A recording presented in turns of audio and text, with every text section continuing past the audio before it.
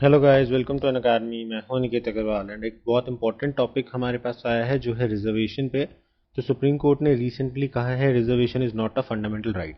तो इसी को हमने डिस्कस करना है। GS2 के लिए बहुत इंपॉर्टेंट टॉपिक है और अदरवाइज भी आपको प्रीलिम्स में भी यहाँ से क्वेश्चन आ सकता है। तो हम इसकी सारी हिस्ट्री जानने की कोशिश करेंगे। बिल्कुल ब्रीफ रखेंगे इस वीडियो को ताकि आपको सारी चीज़ों का थोड़ा थोड़ा नॉलेज हो जाए। एंड उसके बाद अगर आपको किसी भी एक टॉपिक पे या एक केस के ऊपर डिटेल वीडियो चाहिएगा तो आप मुझे ग्रुप में कांटेक्ट कर सकते हो एंड मैं उस टॉपिक के ऊपर वीडियो बना दूंगा। वीडियो शुरू करने से पहले मैं आप लोगों से रिक्वेस्ट करना चाहूंगा कि आप इस वीडियो को लाइक कीजिए, कमेंट कीजिए एंड शेयर कीजिए अपने दोस्तों के साथ। सब्सक्राइब कीजिए हमारे चैनल को, साथ ही इस बेल आइकन को भी दबाइए ताकि आपको रेगुलर अपडेट्स जो अनअकैडमी के आर्टिकुलेट चैनल की हैं वो मिलती रहें। You should also join our Telegram channels. तो आप लोगों को हमारे टेलीग्राम चैनल्स को भी ज्वाइन करना चाहिए जिससे कि आपकी यूपीएससी की तैयारी अच्छे से हो सके, क्योंकि आपको इसमें रेगुलर अपडेट्स मिल जाएंगे, पीडीएफ फाइल्स मिल जाएंगी और अन्य रिसोर्सेज जो भी आपके एग्जाम से संबंधित हैं वो सारे के सारे यहाँ पे डाल दिए जाते हैं। तो आपको डिस्क्रिप्शन में भी इसका लिंक मिल जाएगा। तो ये अनअकैडमी आर्टिकुलेट का टेलीग्राम चैनल है। इसके अलावा ये मेरा पर्सनल डिस्कशन ग्रुप है स्टडी टाइम YT। आप इसे सर्च करेंगे तो टेलीग्राम पे आ जाएगा। इसके अंदर आपके कोई भी सवाल जवाब हो तो वो आपको सभी एड्रेस किए जाते हैं। एंड ये मेरा अनिकेत सर के नाम से टेलीग्राम चैनल है जिसपे मेरी और जो अपडेट्स हैं वो आती रहती हैं। तो आपको इसको भी ज्वाइन कर लेना चाहिए। ऑफ कोर्स ये सब फ्री है। So recently, Supreme Court of India has said that reservation of seats provided to certain communities is not a fundamental right.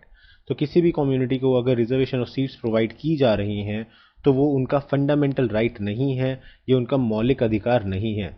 उनको सिर्फ स्टेट उनकी प्रोग्रेस के लिए बेसिकली वो रिजर्वेशन प्रोवाइड कर रहा है। इसका मतलब ये नहीं है कि आप रिजर्वेशन को एज अ राइट मांगने लग जाएं।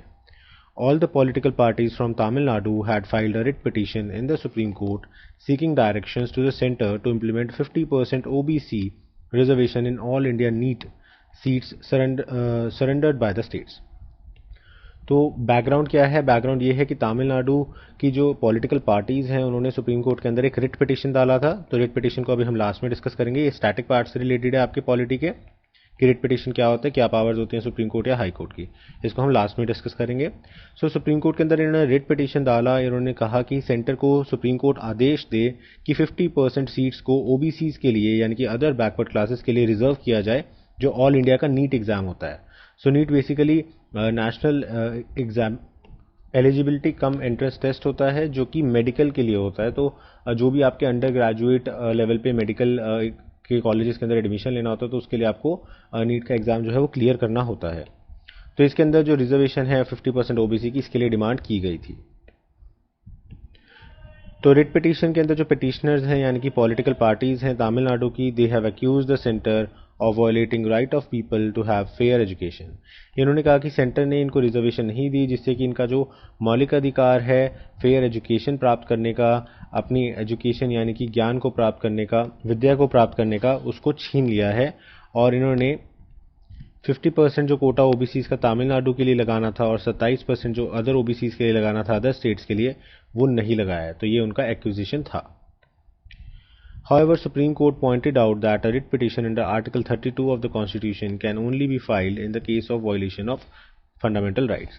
तो सुप्रीम कोर्ट ने सबसे पहले तो ये कहा कि आप जो रिट पिटीशन डाल रहे हैं वो सिर्फ और सिर्फ आर्टिकल 32 के अंदर आप सुप्रीम कोर्ट तब डाल सकते हैं जब आपका कोई फंडामेंटल राइट इन्फ्रिंज हुआ हो, यानी कि आपका कोई मौलिक अधिकार इन्फ्रिंज हुआ हो जो आपको कॉन्स्टिट्यूशन में मेंशन्ड है पार्ट 3 के अंदर।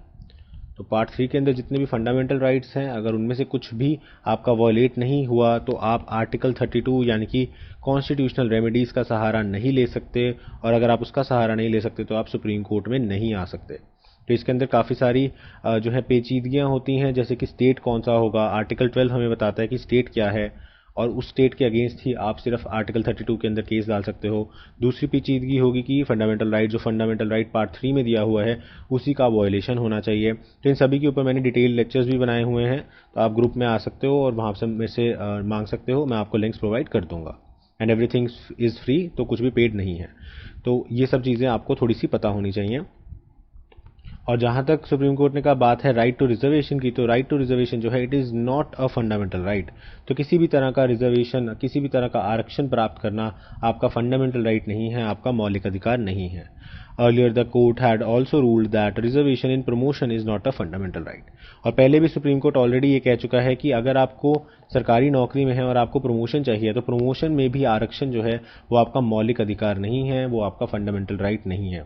तो प्रमोशंस के अंदर जो आरक्षण मिलता है उसके ऊपर बहुत बड़ा एक पूरा का पूरा आप कह सकते हो चक्रव्यूह ऑफ केसेस है, जिसके अंदर मोस्ट प्रोमिनेंट जो हम पढ़ते हैं वो होता है Nagaraj case, M Nagaraj case 2006 में हुआ था, और उसके बाद जर्नैल सिंह केस जो कि 2018 में हुआ था। सो खैर अभी हम उसको यहाँ पे डिस्कस नहीं कर रहे। The fundamental rights have been classified into 6 categories. तो हमारे जो फंडामेंटल राइट्स हैं उनको 6 कैटेगरीज में यानी कि 6 टाइप्स में क्लासीफाई किया गया है, विभाजित किया गया है। जैसे राइट टू फ्रीडम, जिसमें हर तरह की आपकी फ्रीडम आ जाती है। उसके बाद इक्वालिटी, उसके बाद राइट अगेंस्ट एक्सप्लॉयटेशन, फिर right of freedom of religion, उसके बाद cultural and educational rights and right to constitutional remedies. तो जो आपका राइट टू कॉन्स्टिट्यूशनल रेमेडीज है इसी के अंदर आपका आर्टिकल 32 आता है, जिसके अंदर आप रिट पिटीशन डाल सकते हो डायरेक्टली सुप्रीम कोर्ट में। They are mentioned in part 3 of the constitution and articles are 12 to 35। तो ये भी हमने पता है कि पार्ट 3 में दिए गए हैं और आर्टिकल 12 से 35 के बीच में कवर होते हैं इंडियन कॉन्स्टिट्यूशन में। Various provisions in Article 15 and 16 of the Constitution empower the state to make special provision in educational and jobs respectively for socially and educationally backward sections of the society for economically weaker sections। तो जो article number 15 और article number 16 है ये state को यानी कि जो भी आपका गवर्नमेंट है उसको स्पेशल पावर्स देती है, स्पेशल तरह के आप कह सकते हो राइट्स देती है, पावर्स देती है, जिससे कि वो स्पेशल प्रोविजंस बना सकते हैं उन लोगों के लिए जो किसी भी तरीके से सोशली या एजुकेशनली यानी कि सामाजिक रूप से या पढ़ाई के रूप से बैकवर्ड रह गए थे और या फिर EWS में आते हैं यानी कि economically weaker section of the society में है। यानी कि हो सकता है वो सामाजिक रूप से या पढ़ाई के रूप से ठीक ठाक हो लेकिन इकोनॉमिक रूप से यानी कि पैसे के स्तर के कारण वो बहुत ज़्यादा नीचे हैं सोसाइटी में और उनका उत्थान नहीं हो पा रहा। तो उन लोगों के लिए स्पेशल लॉज जो हैं वो बनाए जा सकते हैं, स्पेशल प्रोविजंस बनाए जा सकते हैं आर्टिकल 15 और 16 के द्वारा, स्टेट के द्वारा। Although these provisions are mentioned in Part 3 of the Fundamental Rights of the Constitution, their nature is like directives to the state. They are not binding on the state. तो ये बहुत important है जो supreme court ने कहा। Supreme court ने कहा भले ही ये जो प्रोविजंस हैं ये आपको फंडामेंटल राइट्स में दिखते हैं, आर्टिकल 15 में दिखता है, आर्टिकल 16 में दिखता है, बट ये जो अपने आप में इनकी जो नेचर है ये फंडामेंटल राइट्स की नेचर नहीं है, ये मौलिक अधिकार की नेचर में नहीं है, रादर ये डायरेक्टिव प्रिंसिपल्स की जो संज्ञा है उसकी तरह है। यानी कि ये डायरेक्टिव्स हैं, यानी कि ये इंस्ट्रक्शंस हैं स्टेट के लिए कि स्टेट को ऐसा करना चाहिए।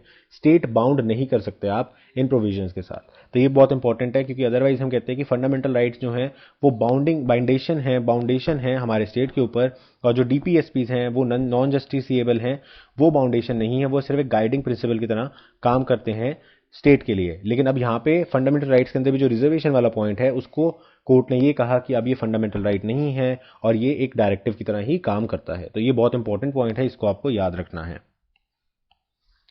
The state both centre and states is permitted, यानी कि जब स्टेट हम वर्ड यूज कर रहे हैं तो इसमें सेंट्रल गवर्नमेंट और स्टेट गवर्नमेंट दोनों की बात करते हैं।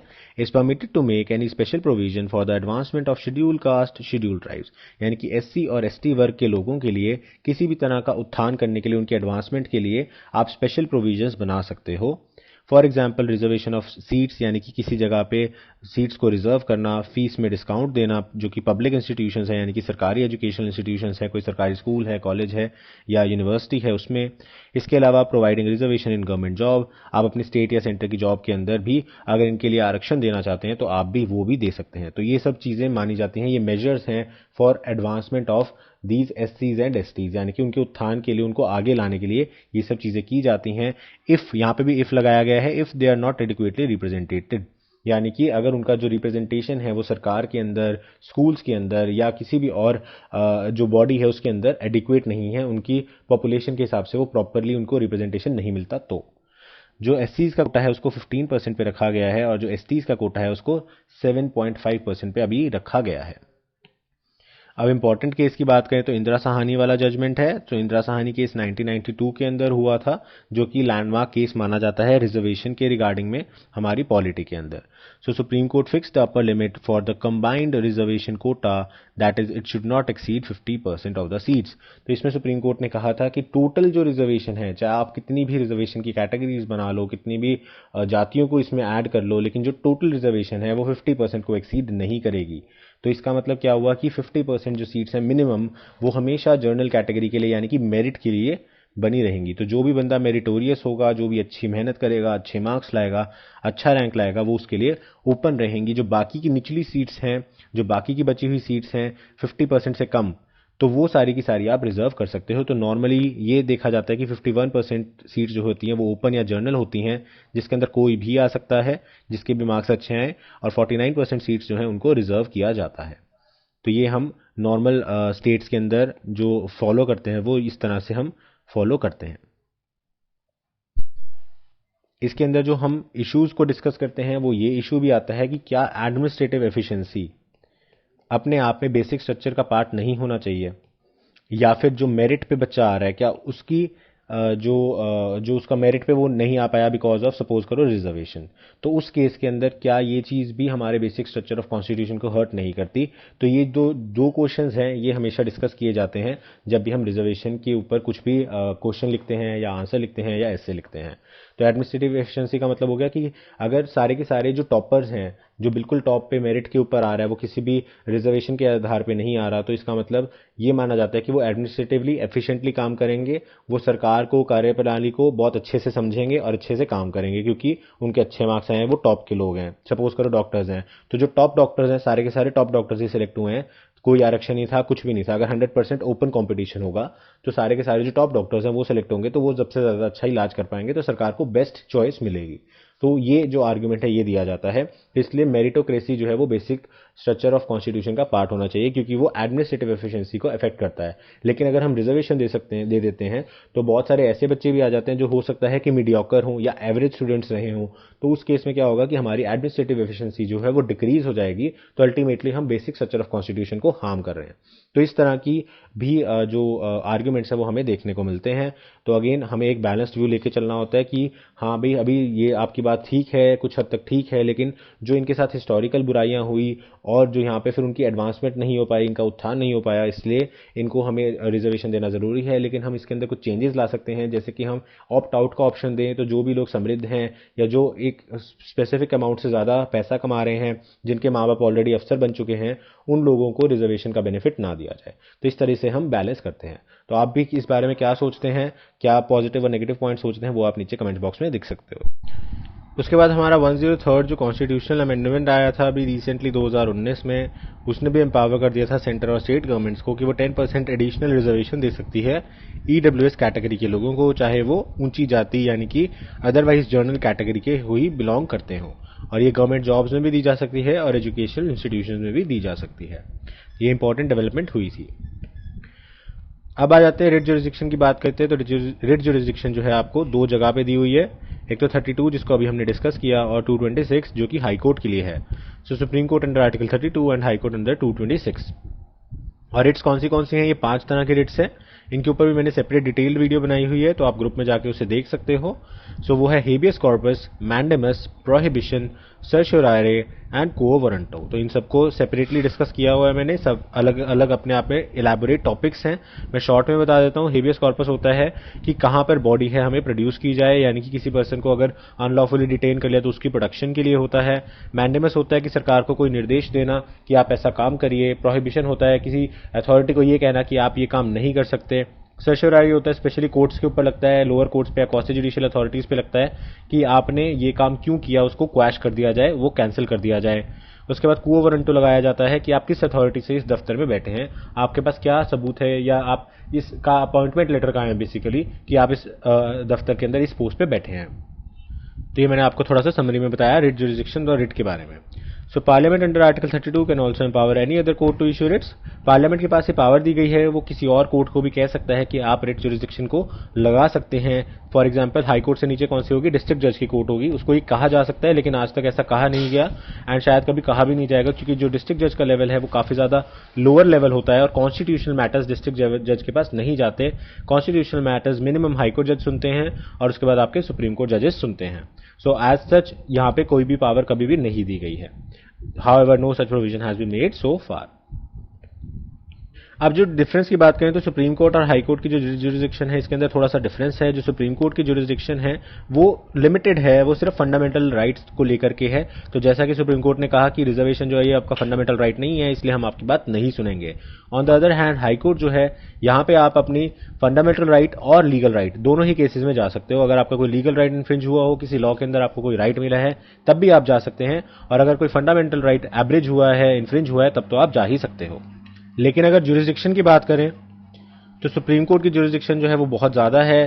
तो इसीलिए सुप्रीम कोर्ट किसी भी रिट को इशू कर सकती है थ्रू आउट इंडिया, यानी कि पूरे के पूरे कंट्री में किसी भी अथॉरिटी को इशू कर सकती है रिट। लेकिन हाई कोर्ट जो है वो सिर्फ अपनी टेरिटरी के अंदर ही रिट को इशू करेगी। तो फॉर एग्जाम्पल अगर कोई ऐसी हाई कोर्ट है जिसकी एक से ज़्यादा जुरिस्डिक्शंस बनती हैं, जैसे Punjab and Haryana high court है, तो पंजाब भी है, चंडीगढ़ भी है और हरियाणा भी है, तो वो तीनों जगह पे अपनी रिट को इस्तेमाल कर सकती है। तो जितनी हाई कोर्ट की टेरिटरी है उतनी वो उतने एरिया के अंदर कोई भी अथॉरिटी को वो रिट इशू कर सकती है।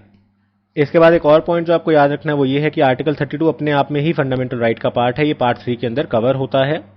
तो इसीलिए सुप्रीम कोर्ट कभी भी इसको रिफ्यूज नहीं करता सुनने से, क्योंकि अगर आप आर्टिकल 32 की एप्लीकेशन को ही डिनाई कर देते हो तो इसका मतलब हो गया कि आपने फंडामेंटल राइट को ही ठुकरा दिया। तो इसलिए सुप्रीम कोर्ट ज्यादातर उस मैटर को सुनता है, अगर उसको लगता है उसमें कुछ दम है तो नोटिस इशू करता है गवर्नमेंट को या जो भी स्टेट के अंदर आ रही है बॉडी उसको, एंड अगर सुप्रीम कोर्ट को लगता है कि इसके अंदर कोई जान नहीं है तो डिसमिस कर देता है। On the other hand, a remedy under 226 is discretionary remedy and hence a high court may refuse to exercise the writ jurisdiction. लेकिन हाई कोर्ट के पास जो 226 में writ jurisdiction दी गई है वो आपकी एक फंडामेंटल राइट के दायरे से बाहर वाली जुरिस्डिक्शन है। तो ये आपका फंडामेंटल राइट हो गया। तो यहाँ पे आर्टिकल 32 आता है, यहाँ पे 226 आता है। तो यहाँ पे हाई कोर्ट को डिस्क्रिशन मिल जाती है, मर्जी मिल जाती है, लेकिन यहाँ पे मैंडेटरी हो जाता है सुप्रीम कोर्ट के लिए। तो हाई कोर्ट की मर्जी है कि उसका रिट जुरिस्डिक्शन एक्सरसाइज करने का मन नहीं कर रहा तो वो इसको रिफ्यूज भी कर सकती है। Supreme court is thus constituted as a defender and guarantor of fundamental rights. और हमें पता है कि B.R. अम्बेडकर साहब ने भी कहा था कि जो आर्टिकल 32 है वो heart and soul of constitution है, और जो सुप्रीम कोर्ट है वो गार्डियन और गारंटर ऑफ हमारा कॉन्स्टिट्यूशन है, फंडामेंटल राइट्स है। So with this we have completed this topic. I hope आपको टॉपिक समझ में आ गया होगा। कोई डाउट्स हो तो आप नीचे कमेंट्स में पूछ सकते हो या ग्रुप में पूछ सकते हो। तो हमारे नए 3 बैचेस शुरू हो रहे हैं अनअकैडमी प्लस पे, जो कि आपकी कंप्लीट प्रिपरेशन कराएंगे 2020-21 के प्रीलिम्स के लिए एंड ऑफ कोर्स मेंस के लिए, और पूरा इंटरव्यू कोर्स भी इसमें कवर होगा। तो आप देख सकते हो कि ये बायलिंगुअल बैच है, इसमें इंग्लिश और हिंदी दोनों का ही इस्तेमाल किया जाएगा। ये हिंदी ओनली बैच है, जिसके अंदर अगेन अगर आप हिंदी मीडियम से हैं तो आपकी काफ़ी ज़्यादा हेल्प हो जाएगी और काफ़ी ज़्यादा आपको कंफर्टेबल रहेगा। एंड ये इंग्लिश ओनली बैच है। अगर आपको रीजनल लैंग्वेजेस आती हैं या फिर हिंदी नहीं आती, आप इंग्लिश मीडियम से पढ़ते हैं, तो उसके लिए काफ़ी ज़्यादा बेनिफिट बैच है। तीनों के अंदर ही आपका जो बैच है वो 15 जून से स्टार्ट हो रहा है और आपका पूरा कंप्लीट इसमें सिलेबस कराया जाएगा। प्रीलिम्स और मेंस की टेस्ट सीरीज भी कराई जाएगी, डाउट क्लियरिंग सेशंस भी होंगे और इंटरव्यू प्रिपरेशन भी कराई जाएगी। एंड आप अगर मेरा कोड यूज़ करते हो ANI7 तो आपको 10% एक्स्ट्रा डिस्काउंट मिल जाएगा। तो यहाँ पे आप देख सकते हो 24 मंथ्स का प्लान है जिसमें आपको 67% तक ऑफ मिल जाता है एंड 10% एक्स्ट्रा डिस्काउंट मिल जाएगा यूजिंग माई कोड। एंड अगर आप 12 मंथ्स का प्लान लेते हो तो आपको 54% डिस्काउंट मिलता है और ANI7 कोड यूज़ करके आपको 10% एक्स्ट्रा और डिस्काउंट मिल जाएगा। इसके अलावा हमारा एक all India free mock test हो रहा है 21 जून को, जिसके अंदर आप पार्टिसिपेट कर सकते हो और अपनी सेल्फ असेसमेंट देख सकते हो कि आप कहाँ पे स्टैंड करते हैं और आपको कितनी प्रिपरेशन की किस एरिया में ज़रूरत है। तो देखिए, सबसे पहली जो चीज़ है वो है कि आप अपने फेवरेट टीचर से सीख सकते हैं। तो इसके अंदर कोई टीचर्स के ऊपर बंदिश नहीं है। बहुत बार ऐसा होता है कि आप ऑफलाइन कोचिंग में जाते हैं और आपको वहाँ पे पॉलिटी पढ़ाने वाले सर जो हैं वो अच्छे लगते हैं और उनका पॉलिटी आपको समझ में भी आता है, लेकिन हो सकता है इकोनॉमिक्स या हिस्ट्री या कोई और सब्जेक्ट है जो आपको नहीं समझ में आता या आप उन टीचर से नहीं समझना चाहते, किसी और टीचर से पढ़ना चाहते हैं। तो उस केस में आपको एक्स्ट्रा खर्चा करना पड़ता है, कहीं और जाना पड़ता है। लेकिन अनअकैडमी प्लस में ऐसा नहीं है। आपको जिस भी टीचर से जो सब्जेक्ट समझ में आता है आप उससे वो पढ़ सकते हैं। तो आपने ए टीचर से सपोज कीजिए पॉलिटी पढ़ा, आपको अच्छा लगा, लेकिन ए टीचर का ज्योग्राफी आपको अच्छा नहीं लगा, तो आप किसी और बी टीचर के पास जाकर भी उस सब्जेक्ट को पढ़ सकते हैं और उसमें कोई रिस्ट्रिक्शन नहीं है कि आप कितनी मर्जी बार टीचर्स को स्विच कर सकते हैं। अपने हिसाब से जो आपको बेस्ट कॉम्बिनेशन ऑफ टीचर्स लगता है आप उनके जो लेक्चर्स हैं वो देख सकते हैं और अपना सिलेबस घर बैठे बैठे आराम से पूरा कर सकते हैं। सेकंड, यहाँ पे आपको डेडिकेटेड डाउट क्लियरिंग सेशंस मिलते हैं, तो यानी कि आपके सारे डाउट्स जो हैं वो टू द पॉइंट बिल्कुल साथ के साथ ही निपटारा कर दिया जाता है, तो निप इन द बड हो जाता है, ताकि कोई भी डाउट ऐसा ना हो जो लिंगर ऑन करता रहे और बाद में आपको प्रॉब्लम क्रिएट करे, रिवीजन के टाइम पे आपको प्रॉब्लम आए। तो आपके सारे डाउट्स को स्पेसिफिक सेशंस के अंदर कंप्लीटली कवर कर दिया जाता है। अगेन, जो बहुत बार आपकी ऑफलाइन क्लासेस हैं उसमें ऐसा नहीं हो पाता क्योंकि बच्चे बहुत ज़्यादा होते हैं, लेकिन यहाँ पे ऐसा कुछ नहीं है। यहाँ पे आपका क्लियरिंग डाउट सेशन चलता रहेगा, आपके डाउट्स जो हैं वो क्लियर होते रहेंगे।